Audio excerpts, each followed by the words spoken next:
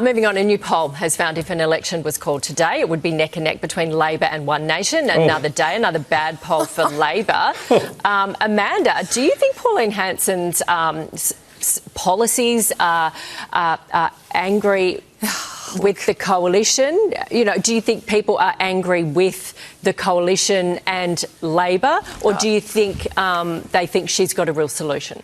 Look, people vote governments out, not in. She could literally stand up and speak another language and talk absolute gibberish, and people are like, she's the solution, you've got to vote One Nation. And that's because they're so distressed. They're so frustrated with the coalition. I think the coalition have literally set themselves on fire, and I don't know if they'll ever recover.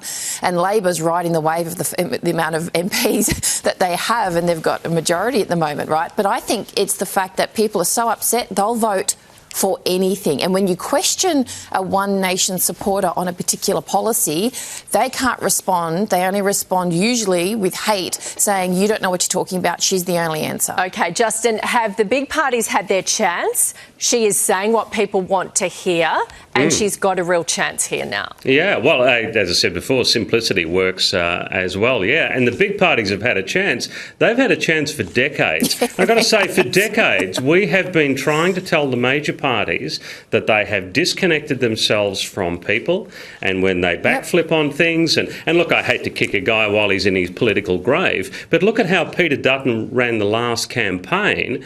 I mean, they ran that as though they just had the whole thing in the bag. They had no detail at all with this nuclear plan. They just said, look, if we throw it out there, people are going to love us, and that just doesn't work. So, yeah, the parties have, they're totally to blame, and that those figures you showed before, if I had, given you $100 bet a couple of years ago that we'd see something like that, you wouldn't have given me any odds for that. That is extraordinary, and the big parties only have themselves to blame. There you go. We've got Pauline Hanson coming up after 7:30. Text us your questions. They are coming in thick and fast, let me tell you. Thank you very much. We'll see you next week. See you, Nat. Bye.